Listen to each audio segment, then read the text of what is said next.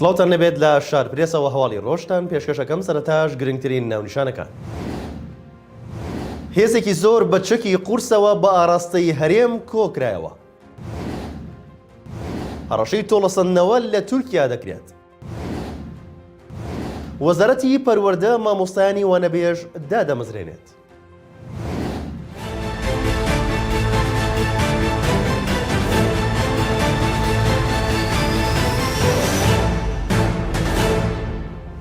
ئەندامێکی کۆمیتەی ناوەندی کۆمەڵی کۆمۆنیست ئاشکرای دەکات ئێران لە سەرجەم شارەکانی ڕۆژهەڵاتی کوردستان هێزێکی زۆری بەچەکی قورسەوە کۆکردوێتەوە.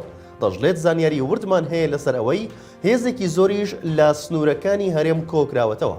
حەسەن ڕەحمانپەنە ئەندامی کۆمیتەی ناوەندی کۆمەڵی کۆمۆنیست بە شارپرێسی ڕاگەیاند بە جۆرەی ئەو راپۆرتە مەیدانیانەی لەلایەن خەڵکی تایبەت بە خۆمان ئامادەکراوە هێزێکی زۆر براوەتە شارەکانی بۆکان و مەهاباد کە چەکی زۆر قورسیشیان پێیە.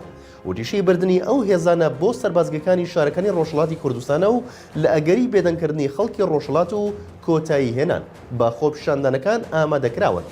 بە دڵنیاییەوە ئەو هێزانی پازاران بەرەو سنوورەکان جوڵەیان پێدەکرێت. بەرپرسەکەی کۆمەڵە ئەوەشی بۆ شارپرێز ڕوون کردەوە زانیاری ئەوەشمان بەدەست گەیشتووە لە سنوورەکانی بە نەو مەریوان ئێران هێزێکی زۆری لە سنوورەکانی نێوانیان لەگەڵ هەرێمی کوردستان بە چەکی قورسەوە کۆکردوێتەوە و لە سنوورەکانی کرماشانیش سەکۆی موشەکی دامەزراندووە بە ئاراستەی هەرێمی کوردستان.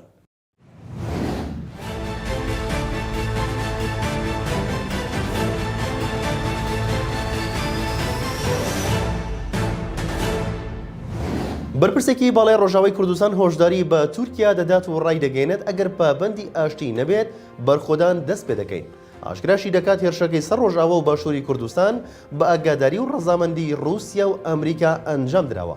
بەدران چیاکۆر جێگری هاوسەرۆکی ئەنجومەنی خۆبەڕێوەبەری باکوور و ڕۆژهەڵاتی سووریا ئاشکرای کرد.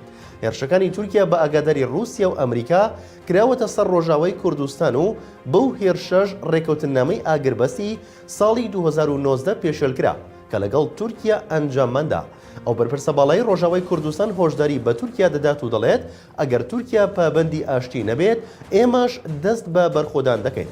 ڕاشی دەگەینێت تورکیا بە زیاتر لە 50 فڕۆکەی جەنگی و درۆنەوە ناوچەکانی شەهبا، کۆبانێ، دربەسێ و دێرکی بۆردومان کردووە و لە هێرشەکاندا جیاوازیان لە نێوان هاوڵاتی مەدەنی و سەربازیشدا نەکردووە.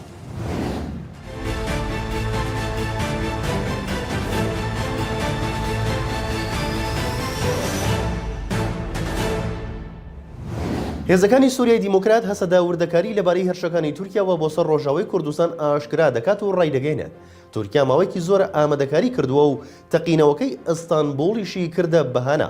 هەڕەشە لە تورکیا دەکات و دەڵێت ئەم کۆمەڵکوژیە بێوەڵام ناهێڵینەوە.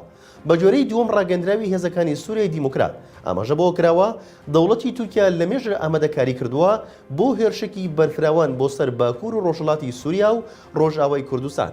بەتایبەت دوای تەقینەوەکەی ئیستانبول بەهانەی هێنایەوە بۆ هێرشەکەی هەسەدە و دەڵێت ڕۆژی 19 نۆڤەمبەر ژمارەیەکی زۆر فڕۆکە با شێوەیەکی زۆر دڕندانە هێرشیان کردە سەر ناوچەکانی دێریک، دەربەسیا، ئەبوڕەسین، کۆبانێ، تەلڕەفعەت و شەهباو. تاوەکو بەیانی ئەمڕۆ بەردەوام بوو. هەڕەشە ڕاستەی تورکیا دەکات و ڕای دەگەێنێت وەک هەسەدە بەڵێن دەدەین لە ڕوبەڕووبوونەوەی داعش و سەرجەم گروپە تونڕەوەکان بەردەوام بین و بە دڵنیاییشەوە ئەم کۆمەڵکوژیانەی تورکیا بێوەڵام نامێننەوە و وەڵامدانەوەی کاریگەر و پێویست لە کات و شوێنی گونجاودا دەدرێت. شەوی ڕابردوو تورکیا هێرشی ئاسمانی کردە سەر چەند ناوچەیەکی هەرێمی کوردستان و ڕۆژئاوای کوردستان بە 14 فڕۆکەی جەنگی هێرشەکانی ئەنجامدا و زۆر ناوچەی مەدەنی کردوتە ئامانج و بەهۆیانەوە زیانی گیانی هەیە.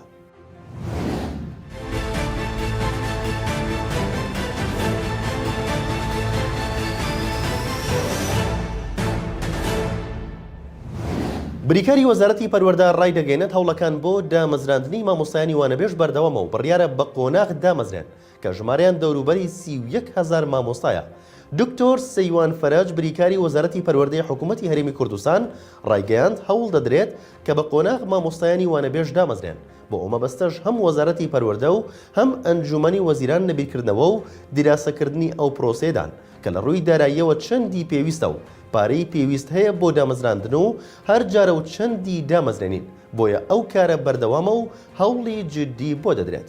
وتیشی ئێستا هەموو کارەکانی ئێمە بە سیستمی ئی پەروەردە دەڕوات و ناوی هەموو مامۆستایانی تێدایە و سیڤیەکەی بە تەواوەتی بەردەسە بەوانە بێژەکانیشەوە کە ئەمەش ئاسانکاری زۆر باشە بۆ ئێمە ئەوەش سیستمێکە دەنرە بۆ بە ئەلیکترۆنیکردنی سیستمی خوێندن لە کوردستاندا و خاڵی باشی تێدایە. ئەو سیستەمە پەیوەندی بە دامەزراندن نییە، بەڵام ئاسانکاری زۆر باشمان بۆ دەکات بۆ ئەوەی هەر کاتێک وانەبێژان دامەزرێن هەموو زانیاریەکانیان لەو سیستمەدا هەیە. دەژڵێت لە هەرێمی کوردستان بە هەموو ناوچەکانەوە دەوروبەری 31,000 مامۆستای وانەبێژ هەیە کە لە قوتابخانەکاندا وانە دەڵێنەوە. لە شارپرێسەوە هەواڵی ڕۆژتان پێشکەشکرا. شاد و بەختەوەرن.